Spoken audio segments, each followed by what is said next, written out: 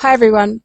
So in my previous video I spoke about the symbolism of the dragon and the little season related to the Herods. In that video I discovered something, and that's why it's really important to go into the actual translation of the words and, not trust the King James Bible or any Bible translator really, because they have deliberately changed words to hide certain meanings or to divert people away from looking at a specific understanding of the scripture and channel them into a direction that's more Gnostic or esoteric or away from actually just seeing the truth. Now in Revelation 20 I found that the little season, so after the 1,000 years of the reign of Christ, Jesus, the millennial reign, we have the dragon. He cast the dragon into the bottomless pit and shut him up and set a seal upon him that he should deceive the nations no more till the 1,000 years should be fulfilled. And after that, he must be loosed a little season. Bottomless pit is just symbolic for a place of darkness and place of no knowledge. On Bible Questions, it says, what is the bottomless pit? And the bottomless pit is one word in the Greek of the New Testament and is literally the abyss, which means the bottomless, unbound, the pit, or an immeasurable depth. Roman mythology featured a similar place called Orcus, a very deep gulf or chasm in the lowest parts of the earth, used as a common receptacle of the dead and especially as the abode of demons. So this is where all this Roman Catholic hell mythologies come from, which is from the Roman mythology. The bottomless pit of Revelation 9, 1-12 holds a unique type of demon. It is also the home of the beast who makes war against the two witnesses. Now we know that the beast is a political system, so the fact that the beast symbolizes political and aristocratic reign over the nations. So we have aristocratic families and politics and religion controlling nations. So it's not obviously some scary beast from a pit inside the earth. At the beginning of the millennial kingdom, the bottomless pit is the place where Satan is bound. The bottomless pit may be associated with a place called Tartarus. This Greek word is translated as hell and is used once only in scripture in 2 Peter 2:4. It refers to the place where angels who sinned are reserved in chains for darkness, for judgment. And it's just Peter using this Greek mythology as a visual reference to people that are wicked and they are held for judgment.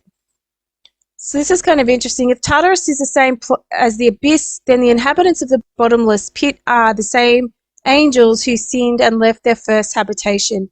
Now we're talking about back in Genesis. If we go on the theory that the angels were actually sons of God that turned to wickedness, like Cain, for example, then it's talking about the serpent seed or the children of wickedness. And here it goes on, God uses the bottomless pit as a holding place for the most evil angels, including Satan himself and those who tried and failed before the flood to thwart God's plan to bring the seed of the woman into the world. And those children of wickedness were not descendants of angels that had been cast out of heaven, or they weren't some hybrid demigod of Greek mythology. They were genetic descendants of Adam and Eve, the fallen ones. Adam and Eve were fallen. When it talks about being cast out of heaven, cast out of God's favor, and they were fallen to the earth. Of the earth you shall eat all the days of your life, the dust of the earth, in toil and hardship. They now had the knowledge of good and evil, and therefore their genetic descendants inherited the knowledge of good and evil and sin through the flesh from Adam. And people like to put this story into some kind of mythology about angels falling out of heaven, and it's not about that. It's these beings are not actual created beings, they're people. So my point is that Tartarus, or the bottomless pit, is a reference to a place where something is kept in darkness, in chains. They have no control, no power, and no knowledge. Now, who is the seed of the woman? So I actually believe the seed of the woman is the line that Christ was born through, which was Abel, but Cain murdered Abel, and Seth, and the lineage through those people who were spiritually inclined to be righteous. So, for example, we all have the genetics of Adam, who is the seed of the serpent. So Cain was the seed of Adam. Genesis tells us that. So Cain being the seed of the serpent, and the children of Cain, the seed of the serpent. And we know that Jesus is referring to Cain because when he speaks to the Pharisees, he calls them children of their father, the devil, and he was a murderer from the beginning. And the first murderer was Cain. He murdered his brother. We also have the knowledge of good as well, and the ability to produce fruit that is good. So being part of this tree, or this genetics of the family of Adam, knowing good and evil, we can either produce good fruit or bad fruit. And therefore the seed of the woman is referring to the line of people that are inclined towards a spiritual life and doing the will of God. But also I think there's a little bit more to this seed of the woman, and I'll explain this later on. So going back to Revelation, this Satan, this devil, is bound for 1,000 years and cast into the bottomless pit, a place where it has no power. It's got a seal. The seal needs to be broken before it can receive this power. But it will be loosed at the end of the 1,000 years and be given full power over the earth for a little season. Now, in my previous video, I pointed out that the word for little is mikros. It's a Greek word, small, little, least, insignificant, a small, little, small, derived from a primary root word in Greek meaning small or little. So that's pretty obvious what that means. Because when we get to season's really not the most accurate word that they could have used, because the word comes from Cronos. And Cronos is the Greek god Father Time, and the Roman version of Cronos was Saturn. And what's really interesting here is it's saying that Cronos was the leader of the Titans who ended up in Tartarus in chains. So we know that a lot of the esoteric and occult fraternities worship Saturn. We have the Kaba stone, which is a black square. We have the black square hats when people graduate from university. It's a part of Saturnalia. Okay, so what's really interesting is I'm just going to read this article and how it links Saturn worship and the worship of this black sun symbol that is related to Saturn worship and the Jesuits. So the black sun is also a prominent symbol of the Vril Society, which was the occult linked to the Nazi Party.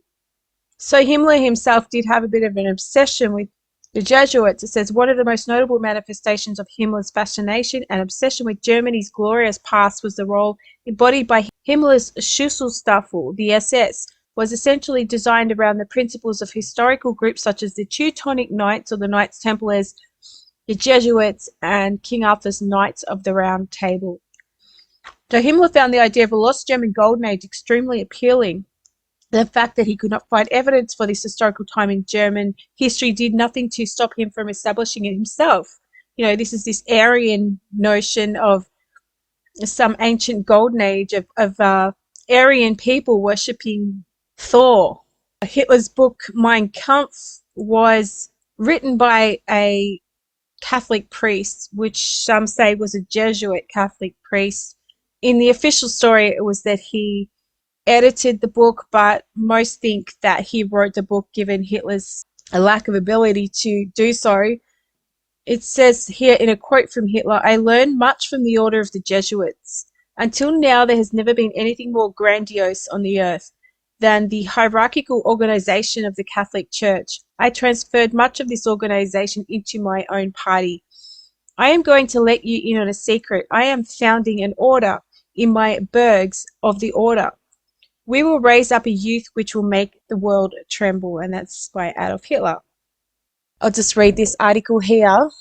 The worship of Saturn came from the ancient Babylonian mystery religions and was only revealed into the initiates of the highest degree. The Gnostic worship was carried on by the Chaldee Magi, or the high priests of paganism, who also influenced the kingdoms they lived in. These priests claimed to be the intermediaries of the evil god, and the head of their order was the Pontifex Maximus. Now, we spoke about Pontifex Maximus in the last video, and that coming from Pergamon and being given to the Pope as his title, and the Caesar.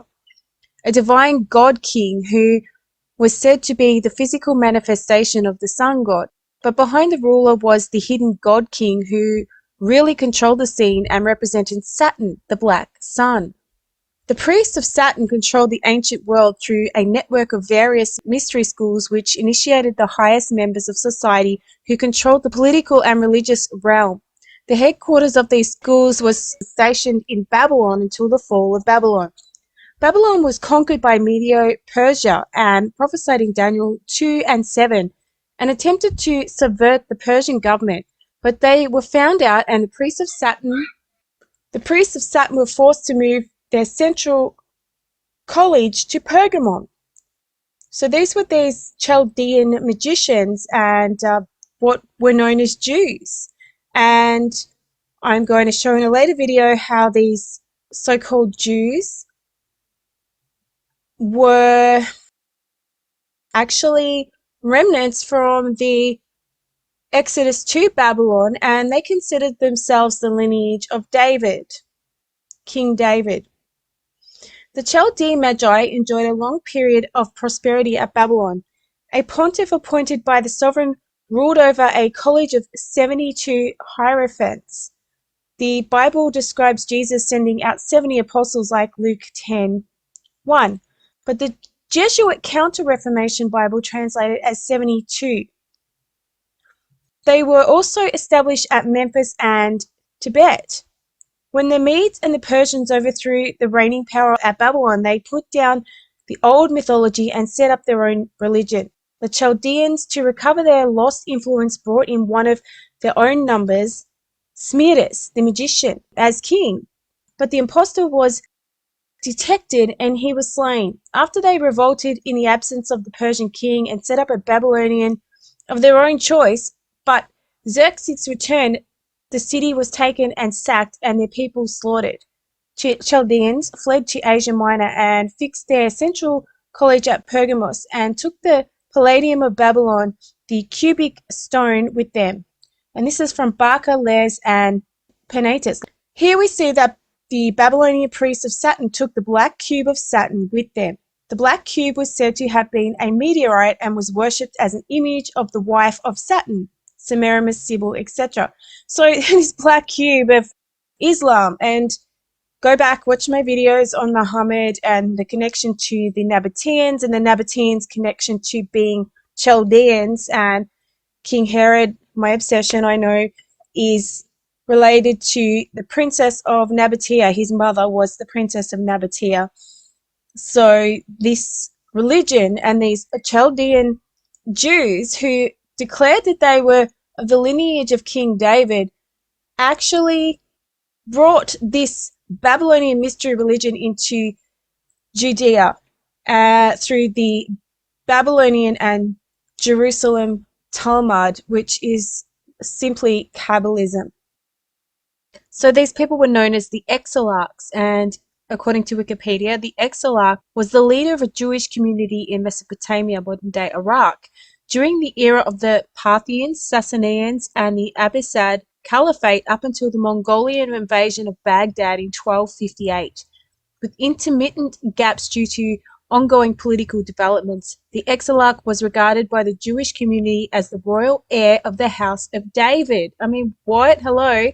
And held a place of prominence as both a rabbinical authority and as a noble within the Persian and Arab court. And as I said in my previous video, that it was 7,000 people, remnant from Babylon, that were taken to replant Israel and Judea. The others were cut off. 1 Kings 19:18, nevertheless I have reserved 7,000 in Israel, all whose knees have not bowed to Baal, and whose mouths have not kissed him. Before they were kicked out of Persia, they created a new form of their mysteries known as Mithraism. Mithraic historian Franz Kumet informs us. He, Ed Mithraeus, was nevertheless not a supreme god. At the pinnacle of the divine hierarchy and at the origin of things, the Mithraic theology, the heir of that of the Zervanic Magi, placed boundless time. Sometimes they would call it, I can't pronounce it, Awa or Seculum or Saturnus. I can't pronounce those words, they're Greek. He was considered ineffable. He bears the scepter and the bolts of divine sovereignty and holds in each hand a key as the monarch of the heavens, whose portals he opens.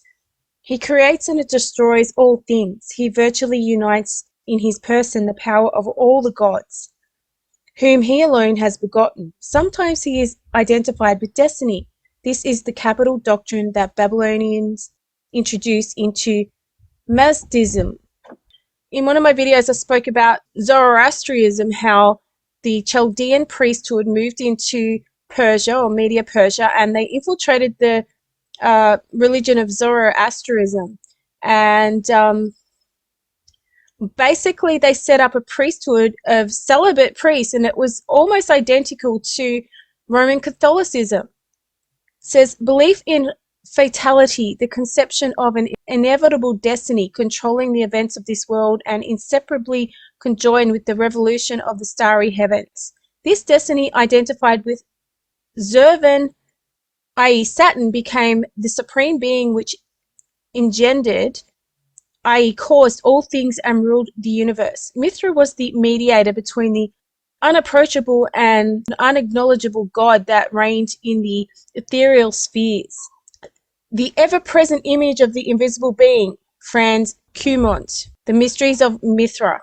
From Pergamon to Rome, Mithraism became the dominant Saturn mystery school in ancient Rome, and we see evidence that the Babylonian priests moved their central college from Pergamos to Rome.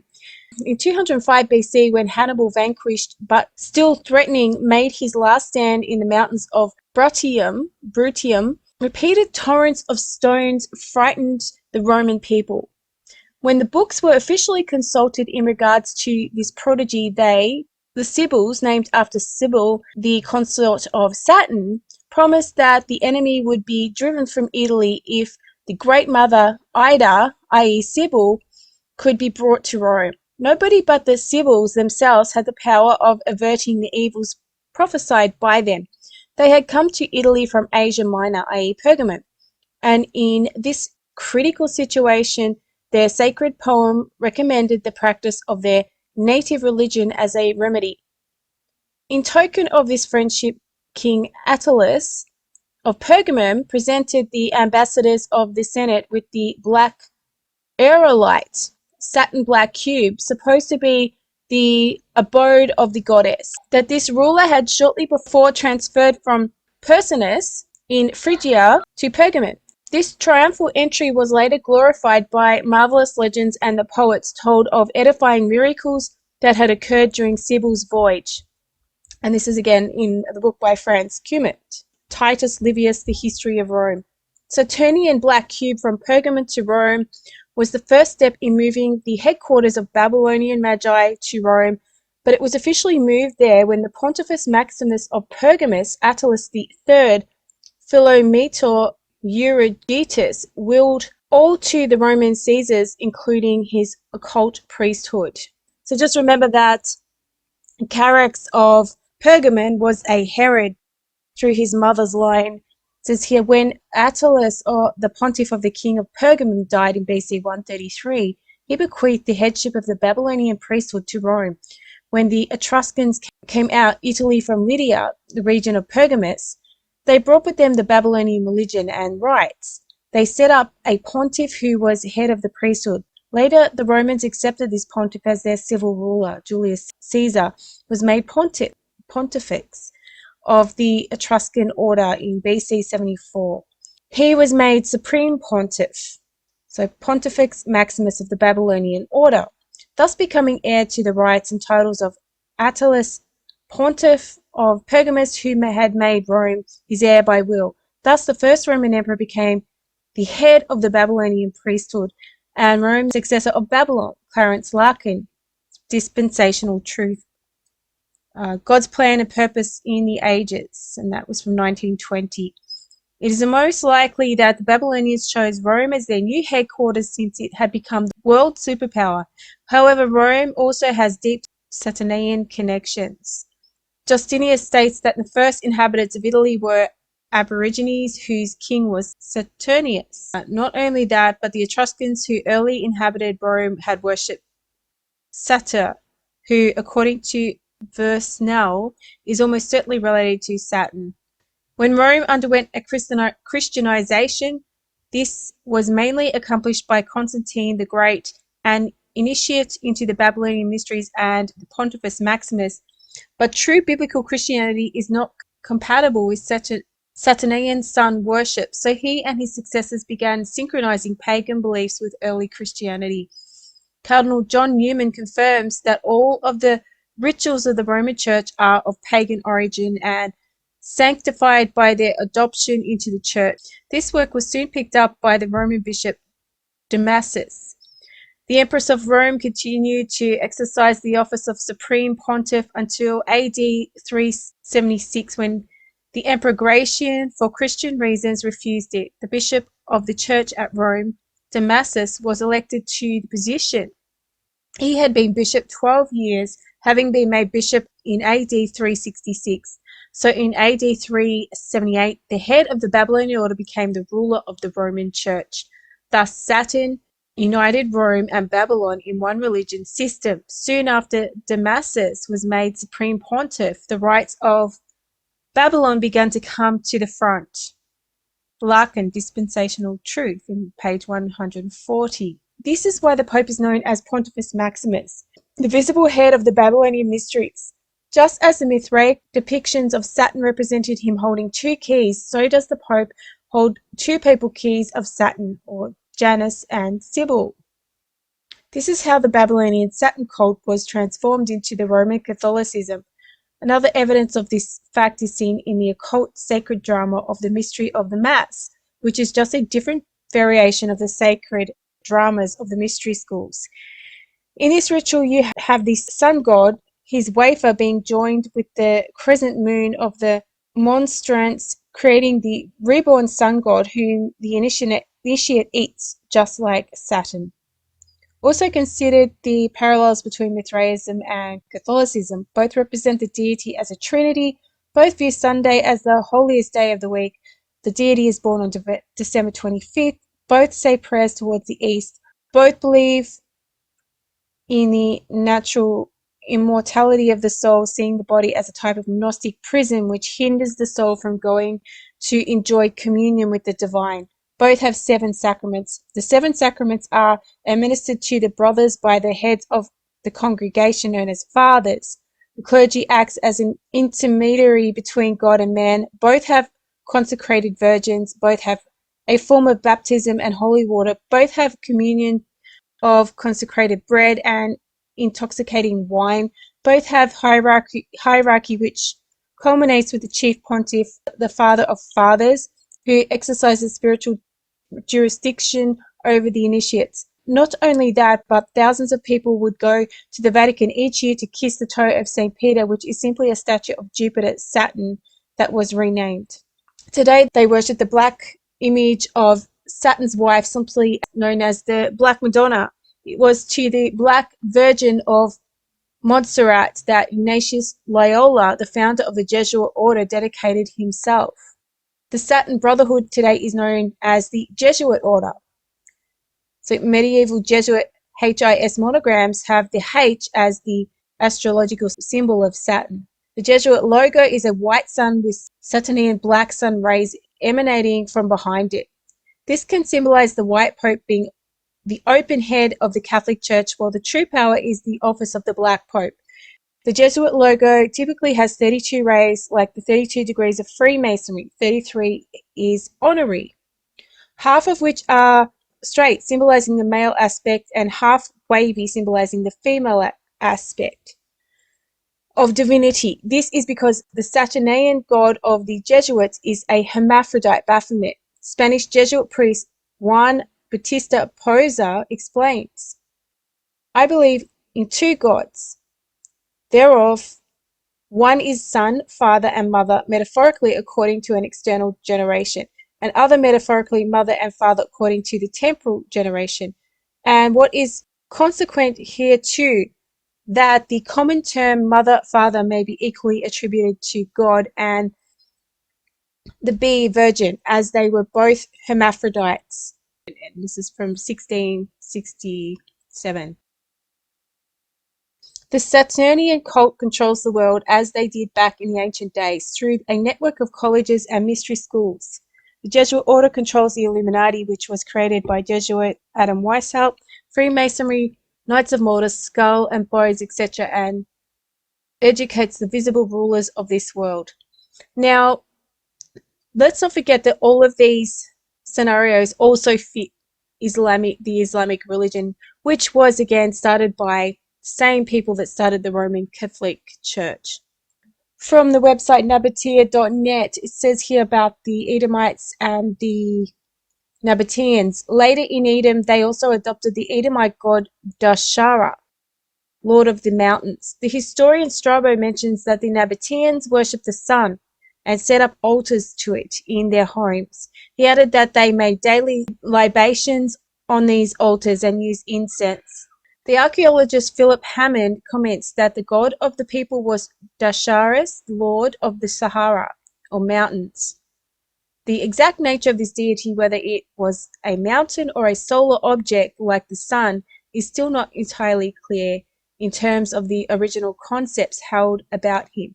As a contrast, the Sabaeans of southern Arabia worship the sun cradled in the crescent of the moon, just like the Islamic people do. And I dare say that they worship both the sun and the mountain, because the mountain, or the Tower of Babel, that the system of Babel that reached heaven, had the king on the top of the mountain, which was the sun god. So Cronos means time, a particular time or season. So like they should have used time instead of season in this translation. Often translated as time, referring to a specific time or season. So Cronos refers to a measurable period or duration of time, often used to denote chronological or sequential time. Time, especially viewed in sequence, a succession of moments, time in duration in the physical space world, sovereignty apportioned by God to each person. So why it's really important, I feel, that to have this word translated as Cronos or time is because it also connects to a specific Roman feast that we all worship today, which is Christmas. The Feast of Saturnalia was worshipped around Christmas time, and I'm not getting into the argument here of whether Christmas is good or bad. We can see it in a good light if we understand their story, if we want to. And it says here that regarding Saturnalia, Saturn is associated with a major religious festival in the Roman calendar, Saturnalia. Saturnalia celebrates the harvest and sowing. So a lot of Revelation is based around harvest symbology, and ran from December 17th to the 23rd. During Saturnalia, the social restrictions of Rome were relaxed.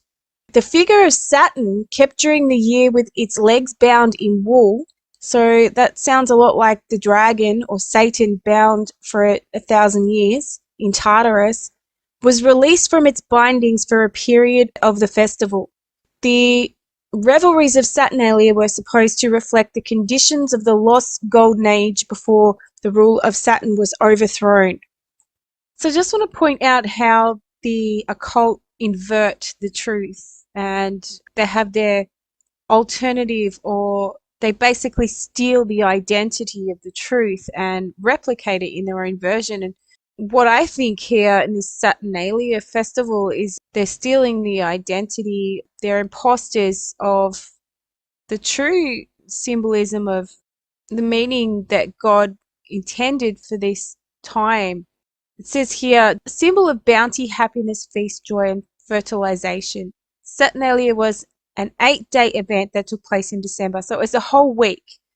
And I think that's kind of important because I'm trying to show here that it kind of resembles the little season of Satan. So we have the millennial reign of Jesus, which is a whole 1,000 years. And, we see in the Bible how it says 1,000 years as a day, or, a week. This verse is from 2 Peter 3 verse 8. It says, "But do not forget this one thing, dear friends. With the Lord, a day is like 1,000 years, and 1,000 years is like a day." And in this article, it suggests that the context of this verse is the following: there will be people who say Jesus promised to come back, but he is nowhere to be seen. The reason they say that is because they do not want to obey God, but follow their own sinful desires.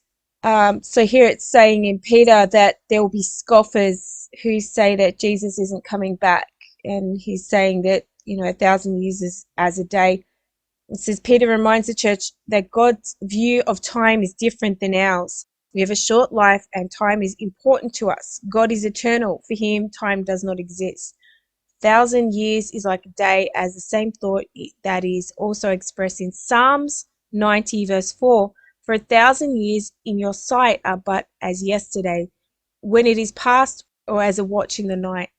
1,000 years are not long, for God has existed from eternity and will exist until eternity. The first part of the saying actually is a bit harder to understand. With the Lord, a day is like 1,000 years. What would take us 1,000 years to do, God can do in a day, or even an instant. So the whole expression with the Lord, a day is like 1,000 years, and 1,000 years like a day, points out the omnipotence of the eternity of God. We serve a great God, therefore we must be sure that all his promises will come true. So it's like a short time for God, and then we have this little season which like in symbolizing this feast of Saturnalia is a year of Saturn being bound, and then a very short feast or festival of him being unbound. It's symbolizing a time period of 7 days, or 1,000 years is a day, for example. So we have this time period of a week of the whole festival. And it says slaves and free men may walk amongst each other at this point. People dress in nicer flamboyant clothes and hung green wreaths on their doors. During this time, wax candles were offered as gifts. During the celebration, there was no labor, and gambling tables were set up. Gambling was typically frowned upon, but everything was turned upside down during Saturnalia. And who does this? Isn't this like the Sabbatean Frankists, or the Satanists who invert everything? So truth for lies, and lies for truth, and basically good for bad, all of that sort of stuff. It's an inversion of what's righteous. Every home had a fake king who was chosen by tossing a coin into a cake. During Saturnalia, whoever received the coin was king, and everyone, regardless of social class, celebrated with lavish feasts. Slaves will be waited on by their masters. The feet of the statue of Saturn in the temple of Saturn were customarily bound in wool. The wool bindings were removed during Saturnalia as a show of everyone's independence. So I can see the symbolism here of Saturn, Satan, the dragon being bound for 1,000 years. So the time when the rest of the year, which would represent the millennial reign, so 1,000 years, this is 1 year, 1,000 years, 1,000 years a day. The image of Saturn in the temple was bound in wool, just as over the millennial reign, Satan, or the dragon, was bound in chains in Tartarus. And then in this little season, the dragon was unbound. And in this little festival, Satan, his wool bindings were removed for the festival, and it showed independence and freedom of everyone in society. And this is a Sabbatean meaning Saturday, which was the Sabbath or Saturn's day. Francus, they basically invert everything. What was good was bad, and being lavish here with feasts and the whole libertine movement and this, sharing, wife swapping, just basically doing evil as good. And this is what happened, licentiousness during this festival, and all were equally free. To me, I can see the symbolism between the little season and this festival. And I'm kind of wondering if we could sort of pinpoint a time period for this little season being almost like this festival. So we have the festival, we've got the 3 days of the sun stopping and 3 days of darkness. So maybe the little season represents these 3 days of darkness. Maybe we have 1,000 years or a week or a year, that time symbolism of the millennial reign as a time of Christ and light being in the world. To them was a time of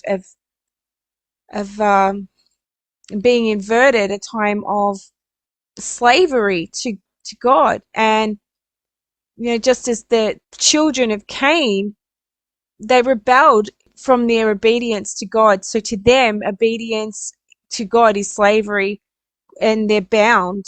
And through this little season, they're unbound. They're allowed to be, as this feast says, lavish and debauched. And that's exactly what we have in this little season. During a period of peace and prosperity, the deity Saturn ruled over the people. So this was their belief. So the wool bindings were removed during Saturnalia as a show of everyone's independence, because during a period of peace and prosperity, the deity Saturn ruled over the people. No one had to work, and everyone was given everything. This was reflected in the Saturnalia. Saturnalia was also a light festival. Before the winter solstice began, many candles were lit. Saturn was the god of sowing, and the celebration was held after the seeds were planted. There were human sacrifices to Saturn when the event initially began. To commemorate the human sacrifices, miniature terra clay statues were afterwards distributed as gifts. Many Christmas rites and ideas can be traced back to this holiday. So, they're celebrating this time period before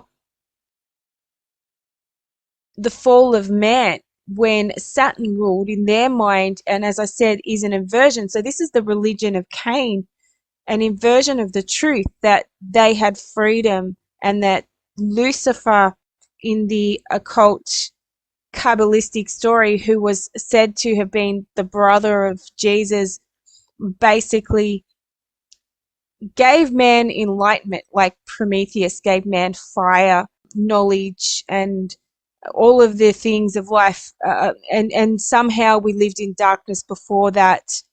The religion of Cain celebrates our freedom from having to do the will of God.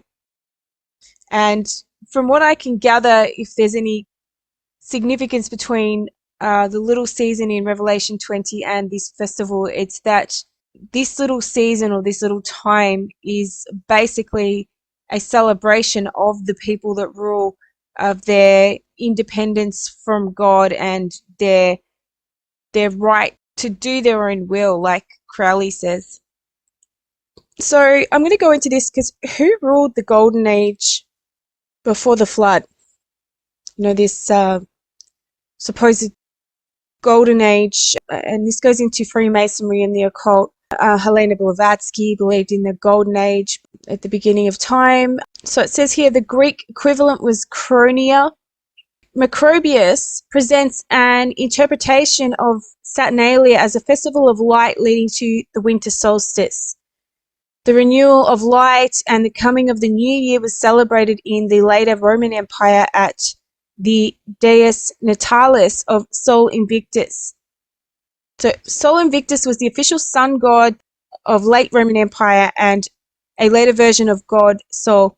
The Emperor Aurelian revived his cult in 274 AD and promoted Sol Invictus as the chief god of the empire. From Aurelian onwards, Sol Invictus often appeared on imperial coinage. The birthday of the unconquerable sun on December 25th. So this is why it ties in with Christmas and, you know, like these gods of Egypt and Babylon and Rome all said that they were the sun gods. They were God's representative on earth, on the throne. It was the divine right of kings. With the pharaohs, we know, believe that the sun god was reborn in the pharaoh when the old pharaoh died. Christmas and the winter solstice says here in the northern hemisphere, the winter solstice is on December 21st, is the darkest day of the year. Here the sun pauses for 3 days before continuing its journey north on December 25th. Symbolically, December 25th is the birth of the Christ child, the interior sun, S-U-N, or sun, S-O-N. So according to the Saturnalia feast, it was the Feast of Light. So once this darkest time of the year was finished, then they were moving into a season of light, which is represented as the dark period being the dark days after Saturn lost his power. So this is why Jesus' birthday is said to be the 25th of December, because Jesus was the light of the world and he came into this world and put an end to the darkness of the rule of man, who is Adam. So going back to the fall of man in the garden, we have a period of darkness and the earth being ruled by the sons of Cain. And the seed of the woman, who was the sons of Seth, were always persecuted by the seed of the serpent, who was Cain, or in the beginning Adam, who deceived his wife. And I'll go back there to explain why I'm saying that. And I just want to add a disclaimer here that I'm not saying this in some feminist way that I'm trying to put the blame onto Adam. However, it is true that the blame has been placed on the woman and women for millennia, since recorded history, that women have been persecuted for being the ones who encouraged Adam to take and eat of this fruit. But when we look at this, it was really Adam who deceived his wife, and then therefore she said and he listened to his wife afterwards, as he did not see her initially die, but obviously they didn't understand the meaning of what God meant when he said that they would die by eating this fruit. And they were both punished for it. Like, I'm not saying that Eve is innocent. What I'm saying here is that women have been persecuted by this doctrine. So it says here that the serpent, so let's look at the meaning of serpent, or nakosh, serpent or snake, it says here. But when we go from here, it says it's from the root verb meaning to practice divination or to observe signs. So why does it mean serpent or snake? And I think it may mean snake, and they've specifically used the interpretation of snake because a crafty tempter. I mean, snakes are crafty and sneaky as well. And here it says apparently as hissing. So I've never actually heard a snake hiss. I mean, snakes make no noise. But here it says from nakash, a snake, from its hiss, or serpent. So that's why they use this word, not that it means snake, but that it actually means to practice divination, to observe signs, to enchant. to hiss, whisper, a spell, to prognosticate. So it's to deceive through divination or signs, or a divine enchanter. Strong's exhaustive. A divine enchanter use enchantment learned by experience, diligently observe. So if we look at this word in this context, it's saying here, now the serpent, or the whisperer, the enchanter, was more subtle than any of the beasts of the field, which the Lord God had made. And he said unto the woman, Yea, hath God said, Ye shall not eat of every tree of the garden. And the woman said unto the serpent, or the enchanter, We may eat of the fruit of the trees of the garden, but of the fruit of the tree which is in the midst of the garden, God hath said, Ye shall not eat of it, neither shall ye touch it, lest ye die. You know, this liar or enchanter has said to the woman, You shall not surely die, for God doth know that in the day you eat thereof, then your eyes shall be opened, and ye shall be as gods. Now, if this serpent was in fact Adam trying to get Eve to test the fruit before he took it himself, then the woman, or Eve, has listened to the voice of her husband. She's listened to him and believed him above God. So she really should have been listening to what God told her. God said that it will kill her, and she didn't. She listened to the voice of her husband. And she saw all the things in the tree that were good for her, that it made her wise. And so she ate, and she told her husband, Adam, that it was safe to eat, and that it's okay. Because it says here, she took the fruit thereof and did eat, and gave unto her husband with her, and he did eat. So her husband was with her. So while this supposed serpent is talking to her and convincing her to eat the fruit, Adam's standing there listening to her because he's with her. So, you know, like, why is it the woman that was blamed for convincing Adam to eat the fruit when he's standing here with her? And, you know, like, he could have heard the serpent speaking as well. So there's a big deception around this scripture, and it's to point us into a Gnostic view of what this actually means. And then it says they heard the voice of God, and God comes up, God realizes that they've eaten of the tree, and the punishment of the woman, because she listened to the voice of her husband. Unto the woman he said, I greatly multiply thy sorrow and thy conception. In sorrow thou shalt bring forth children, and thy desire to thy husband, and he shall rule over thee. So she listened to the voice of her husband, so therefore he'll rule over her. She didn't listen to the word of God, or the voice of God. And this word, teshuko, desire, longing, a longing, derived from the root meaning to run after or to desire. A longing, so a desire. So her longing is to listen to her husband, to man, and opposed to her God. So I'll just quickly explain here why I actually did stop celebrating Christmas because of the occult link to it, but I have since decided that it's based on the fact that it was always the Hebrew roots followers who were always pushing Christmas is evil, and I felt that it was a reason, and the use of it was to get rid of anything related to Jesus and anything Christian.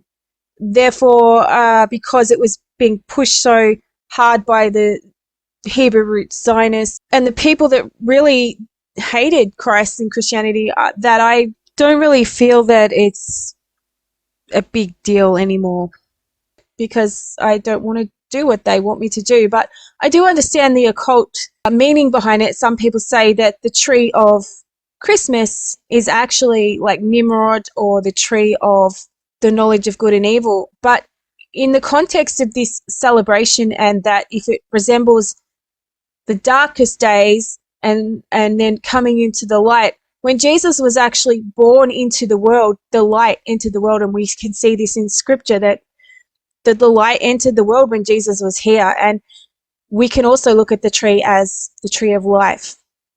So it says here, and the Lord God said, Behold, the man is become as one of us, to know good and evil. And now, lest he put forth his hand and take also the tree of life, and eat and live forever. Therefore the Lord God sent him forth from the Garden of Eden to till the ground from whence he was taken. So he drove out the man, and he placed it at the east of the Garden of Eden, cherubims and a flaming sword which turned every way, which kept the way of the tree of life. So the Garden of Eden was the beginning of man, and when we get to Revelation 21, we get to the end of man's creation period, and we have the New Jerusalem.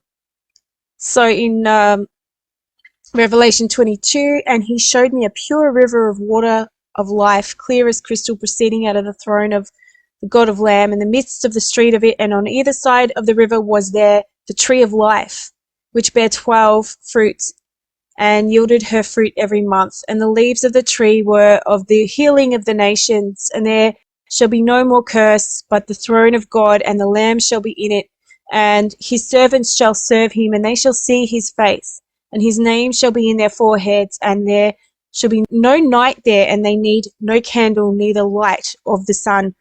So there's light. This is a golden period. This is like the Garden of Eden before the fall. So there's no need for the sun, for the Lord God giveth them light, and they shall reign forever and ever. So in this period, after this darkness, the light of the world, Jesus comes into the world, and then once the New Jerusalem comes, we have the tree of life in the middle of the city with the water of life and the river of life. And basically, when the light comes, which is symbolized in Christmas on December 25th, the 3 days of darkness where the sun appears to stand still in the sky. So basically it's from the furthest north where the sun is, so the darkest period. The sun then starts again to move south on the 25th of December, and we're coming into a period of light. And that's what it symbolizes, is the light. So in Europe they have the Feast of Lights. It is linked to Saturnalia, but that Saturnalia is the occult version, which I believe, and I'm going to show, goes back to Cain and this God King, that these families that have declared themselves to be the Messiah. So Nimrod was the Messiah. So this trilogy God of mother, father, child, and these kings of the earth. Pharaoh of Egypt is called the dragon. Babylon, King Nebuchadnezzar, is referred to in the Bible as the dragon. And I am showing in Revelation that the Herods are referred to the dragon. And the Herods have lineage going back to Babylon, Nebuchadnezzar, and all of these families for millennia have been intermarrying and keeping a certain bloodline. I'll show you which we can understand through Freemasonry.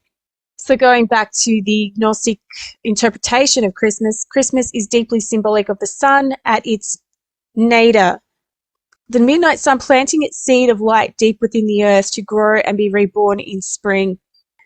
In Velikovsky's theory about the planets, David Talbot's talking in his book, The Saturn Myth, which proposes that ancient myths and tradition describe the planet Saturn as the dominant celestial body in the sky, appearing fixed at the north celestial pole.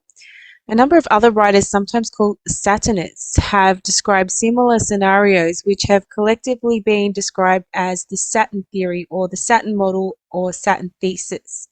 In his book, Talbot contends that the evidence assembled in the following pages indicates that within human memory, extraordinary changes in the planetary system occurred. In the earliest age recorded by man, the planet Saturn was the most spectacular light in the heavens, and its impact on the ancient world overwhelming. In fact, Saturn was one great god invoked by all mankind. The first religious symbols were symbols of Saturn, and so pervasive was the planet god's influence that the ancients knew him as the creator, the king of the world, the Adam, the first man. Basing his evidence on the language of myth, Talbot suggests that they support the following elements. In the earliest age recalled by man, the planet Saturn was the dominant celestial body. Accounts of Saturn's appearance suggest that the planet hung ominously close to Earth. The modern age has misread the ancient accounts of the beginning. These accounts speak of a creator, a first man, and a first king, all referring to the same cosmic figure. The legendary creator, first man, and first king was Saturn. Massive quantities of cosmic debris exploded from Saturn, clouding the heavens and eventually congealing into a vast band around the planet. The ancients drew pictures of Saturn incessantly, and these pictures will be found around the world. Images of Saturn in his enclosure occur on every page of ancient texts, receiving light from the solar orb. The Saturnian band acquired a brightly illuminated crescent, which, as the Earth rotated on its axis, visually revolved around Saturn each day. Saturn's rule returns with Saturn and the new Golden Age in Virgil and Lewis.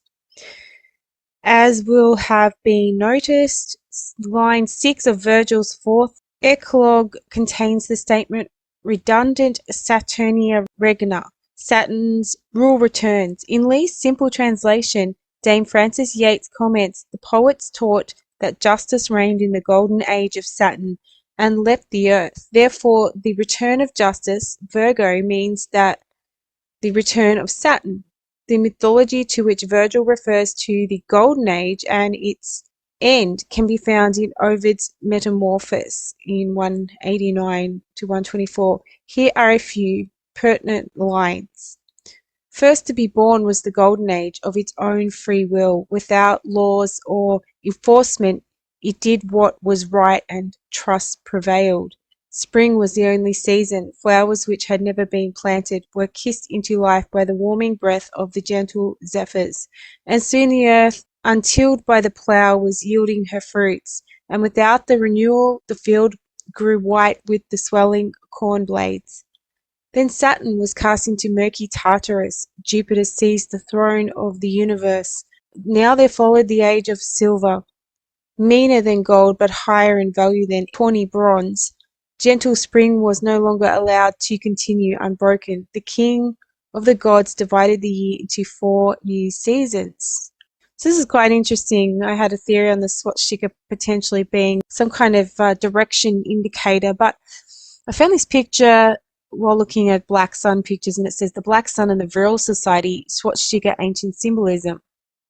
If we look at this picture, it's a wheel, a solar wheel, and it's an old picture. We can see how the swastika fits in this wheel with the arms going either way. But what's really interesting about it is that it depicts the 4 seasons. The concept of the Golden Age of Saturn symbolizes an age of peace, prosperity, and harmony before the invention of agriculture, war, and civilization, when men were, allegorically speaking, made of gold, before degenerating in subsequent ages into men of silver, bronze, and iron. Over centuries, this motif has appeared in various classical and even some medieval and Renaissance texts. The following, therefore, is an attempt to gather these sources together into one place to give us a clearer picture of what the ancients thought about this mythical era. We'll look at accounts from ancient Greek and Roman mythology and poetic theology, and even the accounts of late antique astrologers who looked to the configurations of the stars to get a qualitative understanding of the deepest recesses of time. Our first account of the Golden Age of Saturn is drawn from Hesiod, who alongside of Homer is one of ancient Greece's most esteemed poets. It's from this latter work, then, that we derive our earliest and most vivid depictions of the Golden Age of Saturn, or more appropriately, the Titan, Cronos, who, admittedly, had not yet been connected with the planet the ancient Greeks called Phainon, meaning the shining or bright one. Throughout the works and days, Hesiod artfully blends myth with moral and practical instructions, offering his divinely inspired insights into the human condition and the cosmic order. His portrayal of the Golden Age under the reign of Cronos is particularly notable for its profound symbolism, reflecting a time when the human race lived in harmony, free from the burdens of suffering and toil that later, more civilized ages would bring. First of all, the deathless gods who dwell on Olympus made a golden race of mortal men who lived in the time of Cronos, when he was reigning in heaven. And they lived like gods without sorrow of heart, remote and free from toil and grief. Miserable age rested not on them, but with legs and arms never failing, they made merry with feasting beyond the reach of all evils. When they died, it was as though they were overcome with sleep, and they had all good things, for the fruitful earth unforced bore them fruit abundantly and without stint. They dwelt in ease and peace upon their lands, with many good things, rich in flocks and loved by the blessed gods. But after the earth had covered this generation, they are called pure spirits, dwelling on earth, and are kindly, delivering from harm, and guardians of mortal men, for they roam everywhere over the earth, clothed in mist, and keep watch on judgments and cruel deeds. Givers of wealth, for this royal right also they received. Then they, who dwell on Olympus, made a second generation. So I'm going to stop this video here, but it really reminds me of the little season. And we have, as I like to say, an aristocracy that is ruling the world at the moment. And I think the dragon of Revelation 12 represents a family and an aristocracy. And when we hear this story about the golden age of these people living on earth and how they want for nothing and they go about the earth dealing out justice and laws, and they live off the earth abundantly and want for nothing, it really reminds me of these aristocratic families, specifically now in our time, which I believe is the little season, where they live off us. Basically, we are slaves in their feudal system, and they live in a utopian world where they want for nothing. They have everything. They have all the money, they have all the wealth, all the power, and they deliver justice to us and laws, and we have to bend the knee to these people and serve them so that they can have these abundant lives. So just with this story in that context, we have the little season of Satan or the dragon, or the little Cronos, the little time of Saturn. So this was this Saturnian utopia, and we know that these people worship Saturn, or Lucifer basically, where they wish to return to this Saturnian golden age. They're in their little season now. They have their little season, and this is their golden age, and it's nearly over. So this ties in with Helena Blavatsky's golden age and root race theory. The following text says, in the final chapter, we'll examine the occult link between Saturn and the severe initiatic master of our solar system, and the statement made by H.P.B. that the Earth could be a haven in the 21st century. She saw that the expansion of higher mind brought about by the new age of Aquarius would be dramatically painful at first. In the same paragraph referring to the equinox, she added, when it enters in a few years the sign of Aquarius, psychologists will have some extra work to do, and the psychic idiosyncrasies of humanity will enter on a great change. Error is powerful only on the surface, prevented as she is by occult nature from going any deeper. For the same occult nature encircles the whole globe in every direction, leaving not even the darkest corner unvisited. And whether by phenomenon or miracle, by spirit hook or bishop's crook, occultism must win the day before the present era reaches Saturn's triple septenary of the Western cycle in Europe. In other words, before the end of the 21st century AD.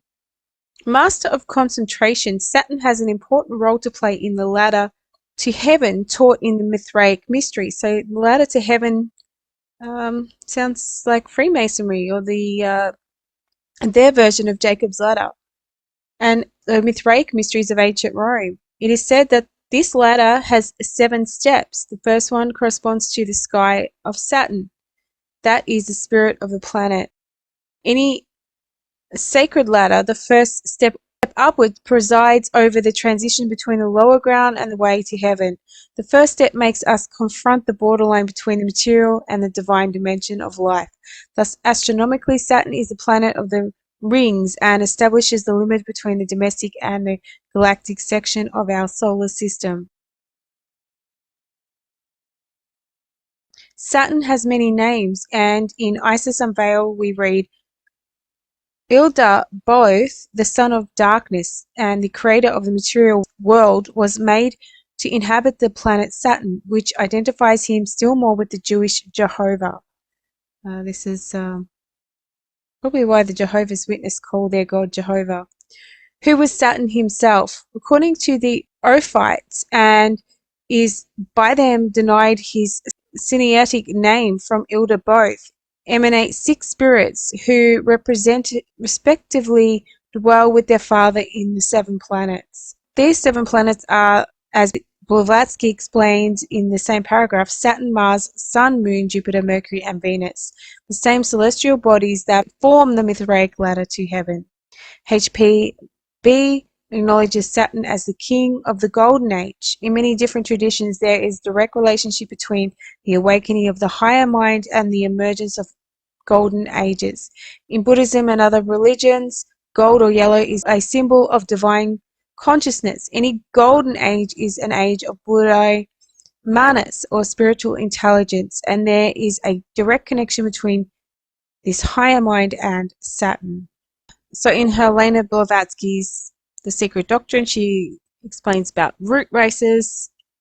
There's a Gnostic occult view, not a biblical one, are concepts in the esoteric cosmology of Theosophy, as described in Helena Petrovna Blavatsky's book The Secret Doctrine in 1888. These races correspond to stages of human evolution and existed mainly on now lost continents. Blavatsky's model was developed by later Theosophists, most notably William Scott Elliott, in the story of Atlantis and the lost Lemuria, and Besant further developed the model in Man, Whence, How, and Whither. Both Besant and Scott Elliott relied on information from Charles Webster Leadbeater obtained by astral clairvoyance. Further elaboration was provided by Rudolf Steiner in Atlantis and Lemuria. Rudolf Steiner and subsequent Theosophist authors have called the time periods associated with these races epochs. Steiner felt that the term race was not adequate anymore for modern humanity. According to Blavatsky's writings, there are 7 root races assembling for our Earth.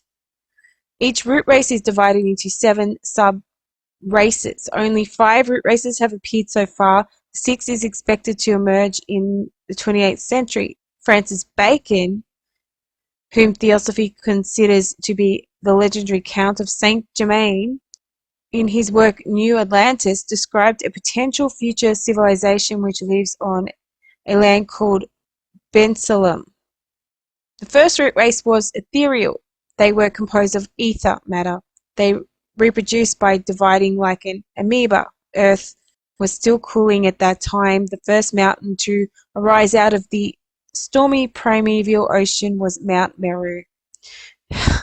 I mean, this is just like a textbook for evolution. The second root race lived in Hyperborea. The second root race was colored golden yellow. Hyperborea included what is now northern Canada, Greenland, Iceland, Scandinavia, northern Russia, and Kamchatka. The climate was tropical because Earth had not yet developed its axial tilt. They called themselves the Kimpushas. They reproduced by budding. The third root race, the Lemurian, lived in Lemuria. The esoteric name Lemuria is Shamali. So the fourth root race was inhabited by the Atlanteans or Atlantis. The fourth root race, the Atlantean, according to Theosophy, arose approximately 450 million years ago, 1,000 years ago, in Africa. is that 4,500,000 years ago in Africa, from the fourth subrace of the Lemurians in a part of Africa that had been colonized by the subrace in the area now inhabited by Ashanti. According to Theosophy, the first Atlantean subrace was the result of the last of the 7 Lemurian subraces. So the fifth root race is the Aryan root race. Blavatsky asserted humanity is now in the fifth or Aryan root race. And how convenient. This is what the Nazi Party were into, which Theosophists believe to have emerged from the previous fourth root race. So this is the occult teaching that the Nazi Party based their origins of the Germans from. So ultimately what all of this comes down to today with these divine right of kings and these god kings and these aristocratic lines and Freemasonry, their obsession with keeping their family lines within their own. It can be explained through Freemasonry exactly what they're trying to do. So revelation of Tubal-Cain. Please take note that the whole makes reference to Tubal-Cain above. We need to review this sentence because it too reveals Satanism. The Mason must follow in the footsteps of his forefather Tubal-Cain, who with the mighty strength of the war god hammered his sword into a plowshare. In the Masonic quiz book, the candidate is asked this question: who was Tubal-Cain? Answer: he is the Vulcan of the pagans. William P. Peterson, editor, Masonic quiz book. Ask me, brother, Chicago, Illinois. So it's a book reference. A review of their origin and antiquity with a general history of Freemasonry and its relation to the Theosophic, scientific, and philosophic mysteries. Belfast Island, William Tate, 1909, and page 30. Also found in A.R. Chambers' editor Questions and Answers in 1972, page 237. Also found in Malcolm Duncan's Ritual of Freemasonry, New York. So this is well backed up information. Tubal-Cain is the password given to the third degree of Master Masons. You can identify Freemasonry with paganism within this sentence. But what is the meaning of the Vulcan of the pagans? A very important question, because Manly P. Hall advises that the Mason that once he has seething energies of Lucifer in his hands, he is to walk in Tubal-Cain's footsteps. Hall makes it sound like Tubal-Cain is one of the Greek gods, does he not? And we know conclusively that Tubal-Cain is Vulcan of the pagans. Let us review who Vulcan of the pagans is by looking within occult sources. Vulcan was a sun deity who's associated with fire, thunderbolts, and light. The festival in honor of him was called Vulcania, in which human sacrifices were offered.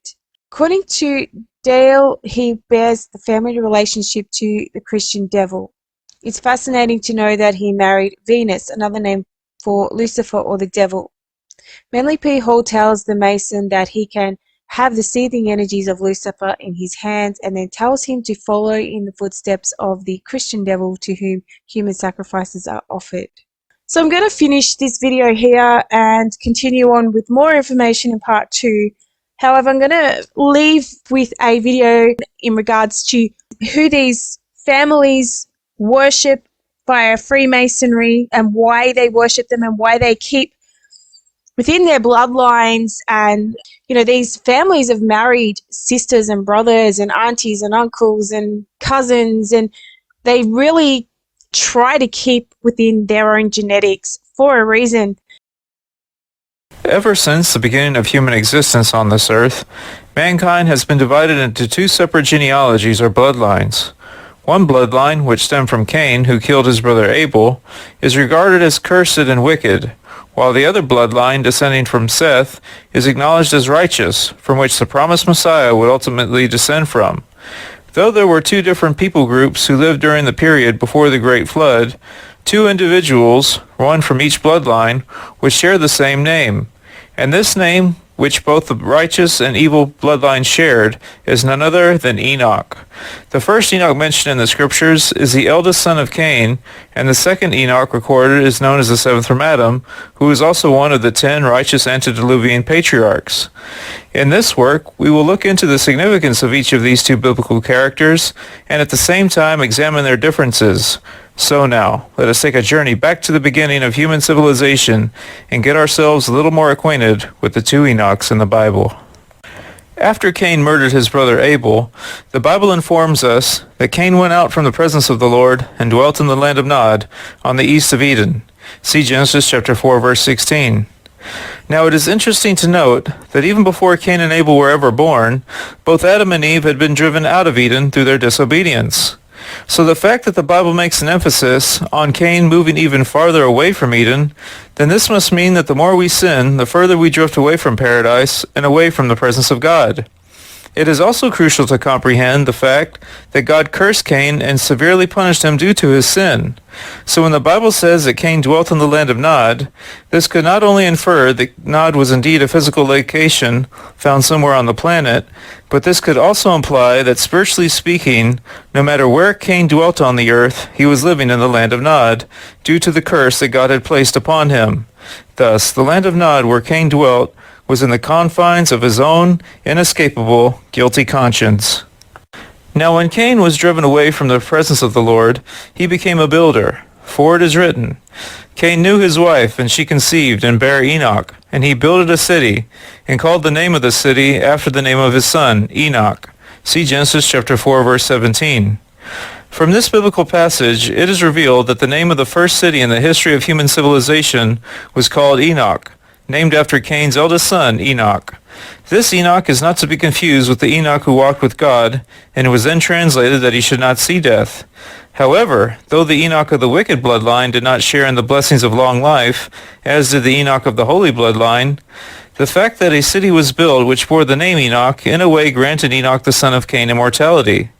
As we see in other ancient literature, such as the Babylonian Epic of Gilgamesh, the quest of everlasting life has always been a struggle for the human race.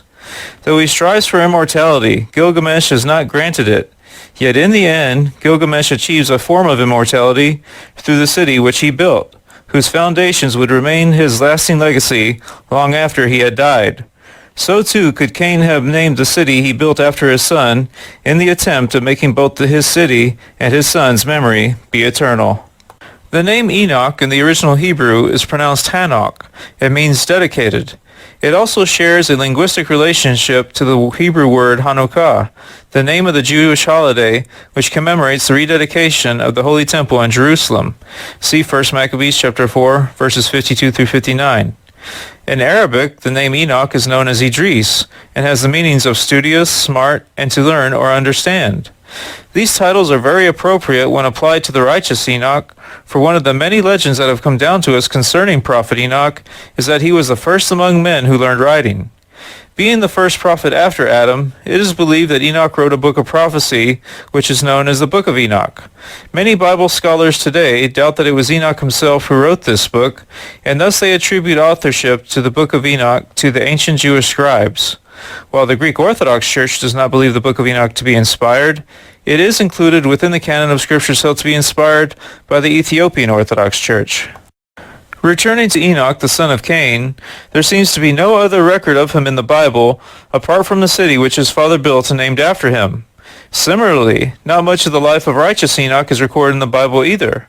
However, even though Prophet Enoch is only given a brief mention in the scriptures, he is widely spoken of in religious circles. Many believe Enoch to be one of the two witnesses mentioned in the book of Revelation who preached during the Great Tribulation in the era of the Antichrist.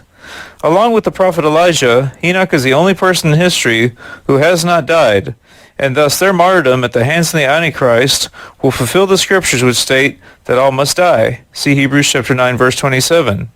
Though the wicked bloodline of Cain was destroyed by the flood in the days of Noah, the disobedient spirit of Cain has survived even to this day. For when Christ returns, he will separate the sheep from the goats, the good from the bad. The sheep will abide with the Lord forever in paradise, while the goats will suffer for all of eternity in hell. So when it comes down to it, there are truly only two types of people in this world, the righteous Enochs and the wicked Enochs.